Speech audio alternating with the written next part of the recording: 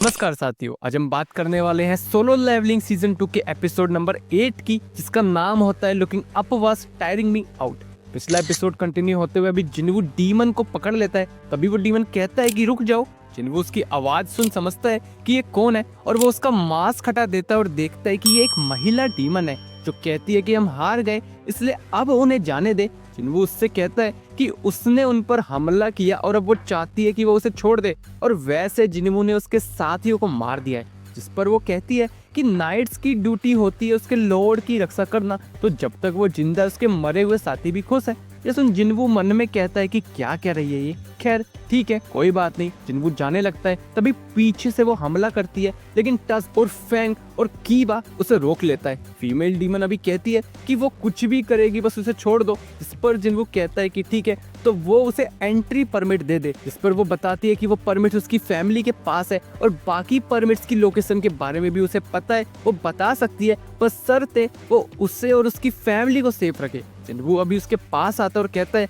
कि तो उसी ने परमिट को छुपा रखा था, लेकिन क्या वो उस पर भरोसा कर सकता है। जिन्वू के डरावने अंदाज को देख वो घबराते हुए कहती है कि हाँ वो सच बोल रही है। जिन्वू कहता है कि ठीक है, लेकिन एक चीज, आखिर कौन हो तुम। मीनवाइल आइलैंड में विंग्ड एंड्स तबाही मचा रहे होते हैं। अभी इस तरफ एसिल बताती है कि वो राडीरू फैमिली की सबसे बड़ी बेटी है। जिस पर जिन्वू कहता है कि ये नहीं पूछ रहा वो, और मन में सोचता है कि उसे लगा कि वो कुछ सिस्टम के बारे में इंफॉर्मेशन ले पाता, जैसे बारका ने उसे इंफॉर्मेशन दी थी। जिन्वू पूछता है कि क्या उन्हें कुछ सुनाई देता है कि इंसानों को मारो ऐसा। जिस पे वो कहती है कि नहीं, पर हाँ एक आवाज उन्हें सुनाई देती है कि अपनी जगह को बचाओ। जब से वो यहाँ आए हैं तब से उन्हें सुनाई देता है ये सब। जिन्वू पूछता है मतलब तो पहले कहाँ थे वो। जिस पर वो बताती है कि डीमन रेल्म में एक दिन उन्हें होश आया और उन्होंने खुद को यहाँ पाया।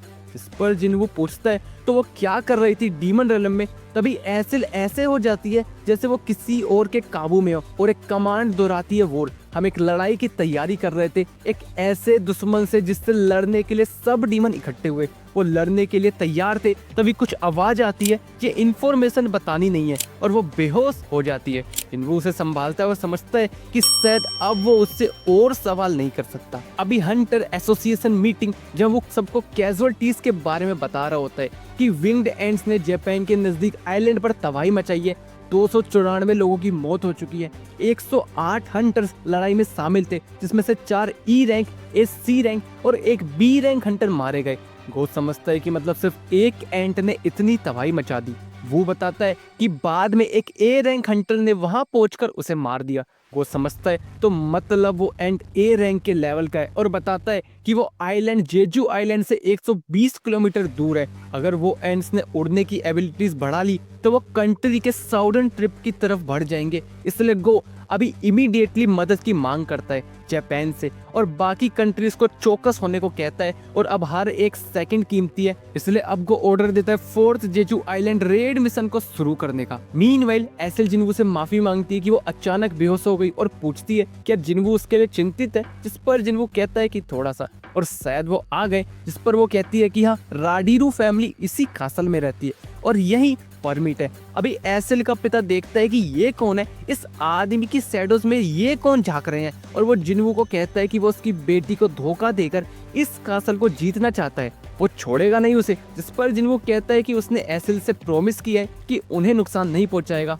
एसिल का पिता समझता है कि ये वही है जिसने वुल्कान और मैटस को हरा दिया और वो इससे नहीं लड़ सकते, इसलिए वो जिन्वू को परमिट दे देता है। जिन्वू को अभी 81th फ्लोर का परमिट मिल जाता है, और वो किंग से कहता है कि वो एसिल को उधार ले रहा है क्योंकि उसे बाकी की परमिट्स की भी लोकेशन पता है। इस पर किंग कहता है क्या वो उसे सुरक्षित रखेगा। जिस पर जिन्वू कहता है कि हाँ उसकी दिक्कत ना ले वो। मीनवाइल विंग्ड एंड्स पर रिसर्च चल रही होती है। एक गिल्ड मास्टर उन्हें देख रहा होता है।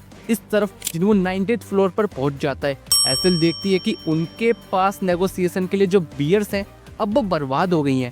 जिस पर जिन्वू कहता है कि इनको वो अपने साथ वापस ले जाए। जिस पर वो कहती है लेकिन ये उनकी हेल्प करेंगी क्योंकि अपर फ्लोर और पावरफुल है, तो वो इनके सारे बात कर सकते हैं। इस पर जिन्वू कहता है कि अगर जिन्वू उससे कमजोर होता तो क्या वो उससे बात करती, नहीं ना, तो वो लड़कर ही आगे बढ़ेंगे, और राडीज फैमिली रैंक बढ़ाना चाहती है तो इसमें जिन्वू उनकी मदद करेगा। जिस पर वो कहती है कि राडीज नहीं राडीरू। एसिल अभी पूछती है कि जिन्वू ने उसकी फैमिली को क्यों छोड़ दिया, इस पर जिन्वू कहता है क्योंकि वो एसिल को लाइक करता है। ये सुन वो शर्मा जाती है। जिन्वू मन में कहता है कि पहले जिन्हू और अब ये, हमेशा सीधे लोगों के साथ ही उसे चलना पड़ता है। जिन्वू अभी एसिल को वापस जाने को कहता है क्योंकि आगे का दुश्मन ताकतवर है और उसने वैसे भी एसिल के पिता से वादा किया है कि वो उसे सुरक्षित रखेगा। इस पर वो कहती है कि वो उसे इतना यूजलेस समझता है क्या। वो साथ रहेगी जिन्वू के और देखेगी कि किस तरीके की अचीवमेंट जिन्वू हासिल करता है। अभी जैसा कि एसिल ने कहा था आगे के फ्लोर डेंजरस होंगे, वैसे ही मैजिक बीस्ट काफी अलग है यहाँ पे, लेकिन फिर भी एलिक्सर ऑफ लाइफ के मटेरियल्स पाने के लिए जिन्वू आगे बढ़ता जाता है। इस तरफ चोई और चा को 4th जेजू रेड मिशन के लिए इन्फॉर्म किया जाता है। चोई कहता है कि साथ में पाक और कंट्री के सारे एस रैंक हंटर्स को कॉल किया गया है और इससे भी ज्यादा अब उन्हें अपने पड़ोसी देश के साथ काम करना होगा, मतलब जापान से, क्योंकि सभी कंट्रीज ही खतरे के निशान पर है। चा पूछती है तो कब शुरू होगी ये बैटल, जिस पर वो कहता है कि जल्दी। और इसी डिस्कशन के लिए आज बाकी हंटर्स गिल्ड हमारे देश आएंगे।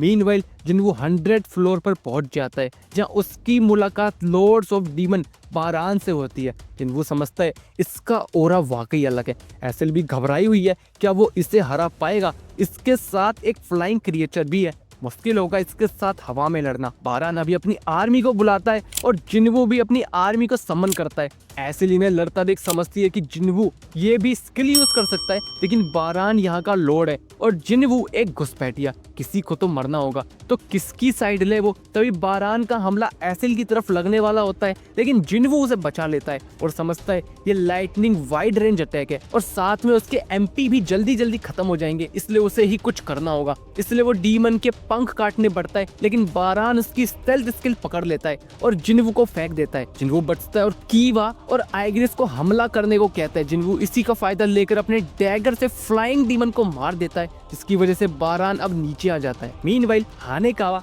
ड्रॉ स्वॉर्ड स्किल से खुद को इंट्रोड्यूस कराती है और गोतो ryuji गिल्ड मास्टर को भी इंट्रोड्यूस कराती है और बताती है कि वो मास्टर के मैसेज को ट्रांसलेट करेगी। को देखता है कि जापान का super large guild 11 S rank hunters के साथ, जो एशिया का दूसरा सबसे बड़ा गिल्ड है। हानेकावा अभी गोटो की तरफ से सबसे पहले हंटर एसोसिएशन का शुक्रिया करती है कि उन्होंने उनके साथ मिलकर काम करने का फैसला किया और गो के द्वारा दी गई इंफॉर्मेशन के बाद वो काफी कंक्लूजन पर आए, जिसमें से 2 काम किए। पहला ये कि एंट्स काफी तेजी से बढ़ते हैं, लेकिन अंडे देने के बाद वो सिर्फ 1 साल तक जी सकते हैं, तो अगर वो एंट को इनको मार दे तो एंट्स भी 1 साल में खत्म हो जाएंगी। दूसरी बात ये, पिछले 3 मिशन से उन्हें पता चला है कि ये एंट्स एक पैटर्न फॉलो करती है, मतलब वो ताकतवर दुश्मन की तरफ ही बढ़ती है। तो इसी का फायदा लेकर जापान के 11 में से 10 एस रैंक हंटर इंक्लूडिंग गो तो सारे एंट्स को संभालेंगे और एंट को इनको मारने का काम कोरिया का। सुन गो समझता है तो मतलब वो 1000 एंट्स को अकेले ही लड़ने वाले हैं, जिस पर गोटो कहता है यही सही रणनीति है। जिस पर गो कहता है ठीक है, फिर इसी हिसाब से अब वो प्लान करेंगे।